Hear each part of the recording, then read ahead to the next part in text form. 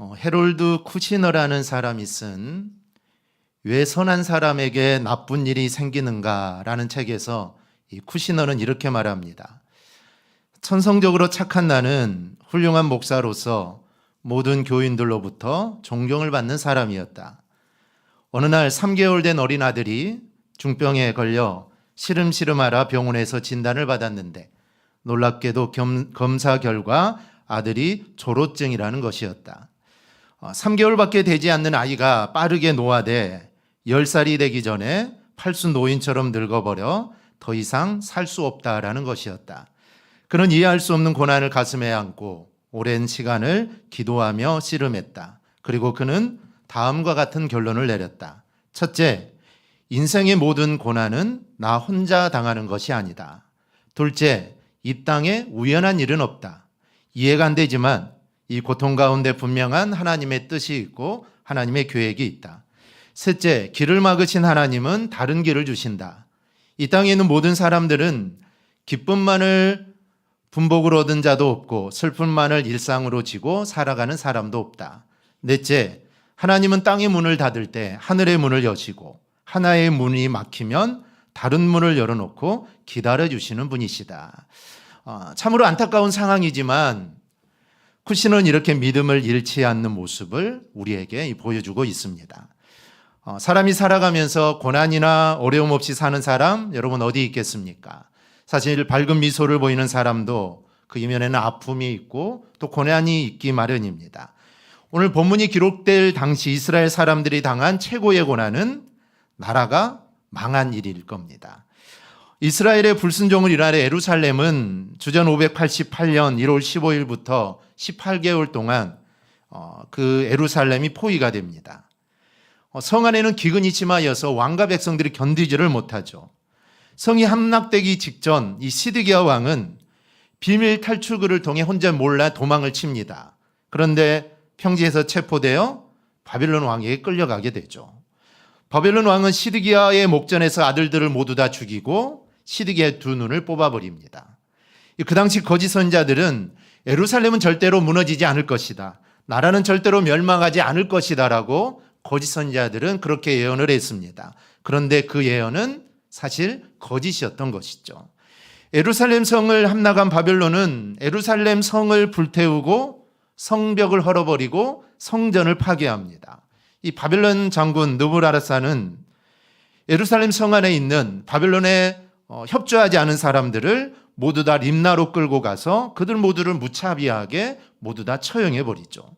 수많은 사람들이 죽임을 당하고 바벨론으로 끌려갑니다. 그 땅에 남아있는 사람들은 이제 가난한 하층민의 사람들 뿐입니다. 세월이 흘렀습니다. 바벨론이 망하고 바사가 정권을 잡게 되죠. 이 바사는 페르시아인데요. 이때 페르시아 왕 고레스에 의하여 역사적인 일이 일어납니다. 고레스는 키루스라는 왕인데 이 사람이 이스라엘에게 해방령을 내립니다. 이때가 주전 538년입니다. 고레스는 이스라엘에게 해방령을 주고는 이 과거 바벨론이 예루살렘 성전에서 사용하던 성전 기물들 사실 다 빼앗아 갔는데 그 성전 기물들을 다 돌려주면서 너희가 돌아가서 성전을 지으라고 이렇게 말을 하죠. 그런 이유에 고레스가 갑자기 이스라엘의 해방령을 내리고 성전을 짓도록 허락을 했을까요? 일반 역사학자들은 여러 가지 그 당시의 정세들을 말하지만 성경은 그 이유에 대해 하나님의 에레미야 선지자에게 하신 약속을 지키신 거다라고 이렇게 말을 합니다. 우리 에레미야 29장 10절 우리 한음성으로 함께 보겠습니다. 여호와께서 이와 같이 말씀하시니라 바벨론에서 70년이 차면 내가 너희를 돌보고 나의 선한 말을 너희에게 성취하여 너희를 이곳으로 돌아오게 하리라. 아멘. 하나님은 에레미야를 통해 약속하신 그 약속을 지키기 위해 고레스의 마음을 감동시킨 것입니다. 그래서 이스라엘을 돌려보낸 것이죠. 그러자 고향으로 돌아갈 준비를 한 이스라엘 백성들이 이 스룹바벨의 인도로 돌아오게 됩니다. 몇 명이 돌아왔는지 에스라 2장에는 그 숫자가 정확하게 기록되어 있습니다. 회중이 42,760명, 남종과 여종이 7,337명, 노래하는 남녀가 200명이요. 그 외에 말과 낙타, 나귀까지 이렇게 기록되어 있습니다. 왜 이렇게 정확하게 기록해 놓았을까요? 이 사건은 역사적인 사실임을 우리에게 보여주는 겁니다. 주전 606년 요아김 왕 때 이 다니엘을 위시한 수많은 포로들이 바벨론에 끌려간 지 70년 만에 하나님의 약속한 대로 이스라엘로 돌아오게 해주십니다. 이스라엘 돌아온 사람들은 이제 성전 지을 준비를 합니다. 이스라엘은 항상 성전 중심입니다. 그래서 먼저 성전을 짓죠. 신약 시대에는 유대인 남자가 모이면 먼저 회당을 짓습니다. 그들의 삶은 가정 중심이 아니라 성전 중심이기 때문에 사실은 70년 포로 생활에 돌아왔으니 집도 다 무너져 있을 것이고 자기 집부터 사실은 먼저 지어야 생활을 할 수 있죠. 그리고 성전을 지어야 하지만 그들은 그렇지 않습니다. 먼저 성전을 짓고 그다음에 자기의 집을 짓는 것이죠. 그래서 그들은 이제 성전 지을 준비를 합니다. 에스라 2장 68절 이후를 보니까 먼저 족장들이 기쁨으로 예물을 드립니다. 그래서 그의 7월에 성전 건축을 시작하죠. 이 본문을 보니 성전의 기초를 놓을 때 사람들의 반응이 나옵니다. 그런데 그 반응이 한결같지 않고 약 3가지의 반응을 보입니다. 우리는 이 사람들의 반응을 보며 우리가 함께 은혜를 나누고자 합니다. 먼저 첫 번째 반응은 모든 사람들이 기쁨으로 찬양을 합니다. 본문 10절, 11절에 나타나는 대로 이 성전 기초를 놓자 예복을 입은 제사장들이 나팔을 들고 자기 위치에 서고 레이지파의 아삽 사람들은 제금을 들고 자기 위치에 서서 여호와께 감사와 찬송을 드립니다. 주는 지극히 선하심으로 그의 인자하심이 이스라엘에게 영원하시도다. 그들은 이렇게 하나님을 찬양하죠. 그러자 모든 백성들이 성전의 기초를 놓는 그 기쁨 때문에 큰 소리로 여호와를 찬양합니다. 제사장은 제사장대로, 일반 백성들은 일반 백성대로 그들이 하나님을 찬양한 것이죠. 사실 이들은 지금까지 마음껏 찬양할 수 없었습니다. 하나님을 찬양할 장소도 없었고 사실 그런 모임도 없었죠. 이스라엘 사람들은 바벨론에서 종살이 아닌 종살이를 했기 때문입니다. 그래서 함께 모여서 찬양할 수도 없고 함께 모여서 하나님을 높일 수도 없었던 것이죠. 사실 바벨론 사람들은 이스라엘 사람들에게 찬양을 해보라고 했긴 했습니다. 너희들 한번 찬양을 좀 한번 해봐라. 시편 137편을 보면 바벨론 사람들이 자기들의 흥을 돋구기 위해 찬양을 해보라고 기록을 합니다. 즉 자기들이 술을 마시면서 잔치를 벌이는데 너희들 와서 한번 찬양을 좀 한번 해봐라. 하나님께 너희들 찬양 많이 하지 않느냐. 그래서 우리의 흥을 좀 돋구어 주라고 하죠. 근데 그들은 할 수가 없었습니다. 찬양은 하나님께 드리는 것인데 어떻게 바벨론 사람들이 먹고 마시고 즐기는데 그곳에서 하나님을 찬양할 수 있겠습니까? 그래서 찬양할 수 없다라고 하면서 수금을 버드나무에 걸게 되죠. 찬양할 수 없다라는 겁니다. 그런데 지금은 해방을 받아 고향으로 돌아왔고 이제는 하나님께 마음껏 기뻐하며 하나님을 찬양할 수 있게 된 것이죠. 그래서 그들은 성전의 기초가 놓일 때 그들은 아주 전심을 다해서 하나님을 찬양하게 됩니다. 아마 여러분들도 그렇겠지만 저는 이런 이스라엘 사람들의 마음이 100% 공감이 갑니다. 우리 코로나 팬데믹 때 우리는 성전에 모여서 예배할 수 없었습니다. 찬양도 할 수 없었죠. 소리 높여 기도도 할 수가 없었습니다. 찬양대도 할 수 없었죠. 예배를 드려도 크게 찬송을 하지 못하게 했고 큰 소리도 기도도 못하게 규제를 했기 때문입니다. 얼마나 답답하든지 얼마나 속상하든지 참 마음으로 참 많이 울었습니다. 정말 우리가 하나님께 예배해야 되고 정말 우리의 목소리로 찬양해야 되는데 하지 못하니 사실 얼마나 안타깝습니까? 그런데 이제는 큰 소리로 찬양을 하고 사실 큰 소리로 기도를 해도 이제 제재받는 일이 없습니다. 사실 규제를 받을 때는 그렇게 답답했는데 이제는 제재도 없는데 이미 많은 사람들에게서 찬양이 식어지고 사실 기도가 많이 식어졌습니다. 그러니 여러분 혹시 내 안에 기도의 불, 또 찬양의 불이 꺼지지 않았는지 여러분 자신을 늘 살펴볼 수 있기를 바랍니다. 시편 33편 1절은 너희 의인들아 여호와를 즐거워하라. 찬송은 정직한 자들이 마땅히 할 바로다. 여러분 찬송은 우리가 마땅히 해야 할 일입니다. 이사야 43장 21절 이 백성은 내가 나를 위하여 지었나니 나를 찬송하게 하려 함이니라. 하나님 우리를 지으신 목적 중에 하나가 하나님 찬송을 받으시기 위함입니다. 그런데 우리가 찬송하지 않는다면 우리의 지음받은 목적을 우리는 다 하지 못하고 사는 것입니다. 우리는 찬양하며 살아야 되고 그 찬양은 하나님과 교제하는 것입니다. 바울과 실라가 감옥에 갇혀 찬양하고 기도할 때 빌립보 감옥의 문이 열린 것처럼 기도하고 찬양할 때 사실 우리의 막힌 것들이 열리고 우리의 닫힌 문들이 여러분 열리게 됩니다. 이스라엘 사람들이 성전 기초를 놓을 때 온 마음을 다해 찬양한 것처럼 우리도 여러분 그렇게 찬양하며 사시기를 바랍니다. 그래, 찬양 중에 임하시는 그 하나님의 은혜와 응답의 기쁨이 우리에게 임하기를 축복합니다. 둘째로 성전 기초가 놓인 을 보고 우는 사람들이 있었습니다. 즉 어떤 사람들은 기뻐하며 찬송을 하는데 어떤 사람은 웁니다. 12절 상반절입니다. 제사장과 레위 사람들과 나이 많은 족장들은 첫 성전을 보았으므로 이제 이 성전의 기초가 놓임을 보고 대성통곡하였으나, 찬양하는 가운데 솔로몬의 옛 성전을 기억하고 있던 나이 많은 제사장들, 또 레위인들, 그리고 지도자들은 새 성전의 기초가 놓인 것을 보고 대성통곡을 하게 되죠. 그들은 울었습니다. 왜 울었을까요? 크게 두 가지입니다. 첫째는 성전을 다시 세우는 것을 보며 감격한 마음에 울었고, 또 하나는 첫 성전을 지키지 못한 안타까움과 회개에서 나오는 눈물입니다. 주전 586년에 성전이 무너졌고 지금이 주전 536년이니 성전이 무너진 것은 본문의 상향으로부터 약 50년 전 일입니다. 그러니까 나이가 있는 분들은 솔로몬이 지었던 그 화려한 성전을 그들의 눈으로 본 사람들이죠. 그 성전에서 하나님을 찬양하고 하나님께 기도를 드렸는데 그 성전이 무너지고 바벨론으로 끌려왔는데 다시 돌아가 성전을 세울 것을 생각하니 여러분 이게 얼마나 감격스럽겠습니까? 그러면서 한편으로 성전을 중심으로 제대로 신앙생활하지 못해 바벨론의 침략을 받아 성전이 무너진 것을 생각하니 이게 얼마나 가슴이 아팠겠습니까? 그런 것을 생각하니 지금 나이 많이 먹은 사람들은 대성통곡하며 우는 것입니다.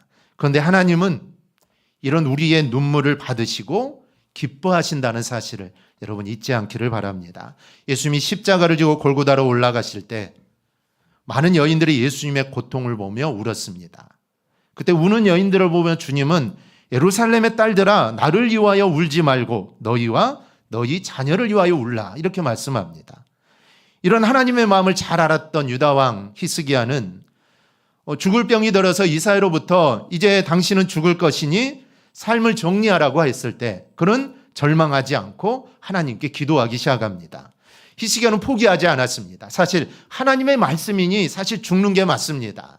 하나님 말씀이니 죽어야 하죠. 하지만 그는 포기하지 않았습니다. 하나님께 살려달라고 그는 통곡하며 눈물로 하나님께 기도합니다. 그때 하나님은 히스기야를 보시고 내가 내 기도를 들었고 내 눈물을 보았노라. 내가 너를 낫게 하겠다라고 말씀합니다. 즉 하나님은 히스기야의 기도를 들었고 눈물을 보신 겁니다. 그래서 그가 죽어야 하지만 하나님은 그를 살려주신 것이죠. 하나님은 이렇게 기도하는 사람의 눈물을 여러분 반드시 보십니다. 시편 126편 5절에서 눈물을 흘리며 씨를 뿌리는 자는 기쁨으로 거두리로다. 하나님은 이렇게 우리의 눈물을 보십니다. 특히 그냥 눈물이 아니라 여러분 기도의 눈물을 보십니다. 회개의 눈물 그리고 감사의 눈물을 보십니다. 그 눈물을 기뻐하시기에 눈물에는 반드시 여러분 응답이 있습니다. 그런데 주님은 나와 자녀를 위해 울라라고 하십니다. 그렇다면 여러분들은 지금 울고 있습니까? 안타까운 것은 사실 성도의 눈에 주님을 향한 눈물이 사라졌다라는 겁니다. 사실 눈물이 메말라 버렸습니다. 속이 상해서 울고 억울해서 울고 분을 못 이겨 우는 경우 사람은 많습니다. 심지어 드라마를 보거나 영화를 보다가도 울죠. 자신이 좋아하는 가수의 노래를 듣다가도 웁니다. 물론 그런 눈물도 필요하죠. 사람이 울면 이 카타르시스가 일어난다고 합니다. 그래서 정신 건강과 마음 건강에 이게 아주 유익하다고 하죠. 그러나 우리 그리스도인들은 물론 그런 일들에도 울어야 하지만 우리는 영혼을 살리는 눈물이 사실 우리에게 필요합니다. 기도하다, 찬양하다, 예배하다, 은혜 받아 흘리는 눈물입니다. 그런데 어느새 사실 우리 안에 이런 눈물들이 사실 사라져 버렸습니다. 그러니 이제 마음을 열고 우리가 주님을 바라볼 수 있기를 바랍니다. 여러분, 주님을 바라보고 기도하면 사실 울 수밖에 없고 사실 눈물을 흘릴 수밖에 없습니다. 세 번째로 기뻐하는 사람들이 있었습니다. 본문 12절 하반절로 13절을 보면 기뻐 함성을 지르는 사람이 있습니다. 이 성전의 기초를 놓는 자리는 찬양과 눈물과 기쁨의 함성이 어우러지는 사실 이 감동의 현장입니다. 하나님의 역사와 하나님의 일이 되는 것을 보는 것은 사실 참 기쁜 일입니다. 초대교회 성도들은 이 복음이 전파되는 것을 보고 그들은 참 기뻐했습니다. 이 빌립보서 1장 18절입니다. 우리 함께 보겠습니다. 그러면 무엇이냐? 거칠애로 하나 참으로 하나 무슨 방도로 하든지 전파되는 것은 그리스도니 이로써 나는 기뻐하고 또한 기뻐하리라. 아멘. 복음이 전파되는 것을 기뻐했다는 것이죠. 이 복음이 전파되는 것은 어떤 사람은 기쁨으로 복음을 전파하기도 하고 어떤 사람은 사도 바울을 방해하기 위해서 또 복음을 이야기하는 사람도 있습니다. 하지만 어쨌든 전해지는 것은 복음이니까 나는 상관없다라는 것이죠. 그래서 나는 기쁘고 정말 기쁘다라는 것입니다. 이 사도들은 물론 집사로 뽑힌 스데반과 빌립은 모두 복음을 전하는 일이라면 생업도 뒤로 미루고 수고를 그들은 정말 마다하지 않았습니다. 그들은 복음이 전파되는 것을 보고 너무나 기뻐했다라는 것이죠. 빌립 순교 기념교회가 있습니다. 산꼭대기회가 있는데요. 산꼭대기회가 빌립이 거기서 순교했고 그 위에 이제 후대 빌립 기념교회를 세웠습니다. 지금은 다 무너지고 지진이 너무 많아서 다 무너지고 기둥들만 몇 개 남아 있는데 그 밑에 이제 빌립 예수님의 제자인 빌립의 시신이 그 안에 이제 묻혀져 있고 그 위에 교회가 설립되어 있습니다. 그 밑에는 원형 경기장이 있습니다. 원형 경기장이 있는데 원형 경기장이 얼마나 큰지 모릅니다. 몇만 명 들어갈 수 있는 원형 경기장이 있습니다. 그리고 그 원형 경기장에서 길을 따라 올라가서 산 꼭대기에 올라가면 그곳에 빌립 순교묘가 거기에 자리를 잡고 있습니다. 이렇게 말을 합니다. 원형 경기장은 사실 거기서 기쁨으로 놀기도 하고 검투사들도 하긴 하지만 사실 그곳은 그리스도인들이 핍박을 받았던 장소입니다. 거기서 많이 죽었겠죠. 사자의 밥이 되기도 하고 그것이 원형 경기장인데 그곳 사도 바울은 그곳에서 빌립은 이거는 아니다라고 했다는 것이죠. 이렇게 핍박을 하고 이래서는 그리고 너희가 이렇게 우상을 섬기고 이렇게 즐겁게 놀아서는 안 된다는 겁니다. 하나님을 섬겨야지. 너희가 우상을 섬겨서는 안 된다는 것이죠. 그럴 때 그를 잡아서 그에게 매를 때리면서 그 높은 산꼭대기까지 매를 때리면서 빌립을 끌고 올라갔다는 것이죠. 저도 그 길을 따라 올라가 봤는데 지금은 이제 계단이 되어 있습니다. 근데 얼마나 이게 가파른지 모르고 한참 한 10분, 15분은 올라가야 합니다. 꼭대기까지 올라가야 되니까. 근데 그 길을 빌립은 매를 맞으면서 그 고통을 참으면서 그 길을 올라갔다라는 것이죠. 그 길을 오르면서 복음을 위해서 정말 우상을 섬기면 안 되고 너희는 하나님을 믿고 복음을 받아들여야 한다라는 그 말 한마디 때문에 사실은 죽임을 당한 것입니다. 그 말을 하지 않고 참고 기다렸다면 사실 죽지는 않았겠죠. 하지만 복음이 무엇인지 그 복음을 전하는 일, 그 일에 자신의 생명도 마다하지 않고 복음을 전했다라는 것이죠. 그런데 사실 하나님은 기뻐하셨을 겁니다. 하나님이 얼마나 기뻐했을까요?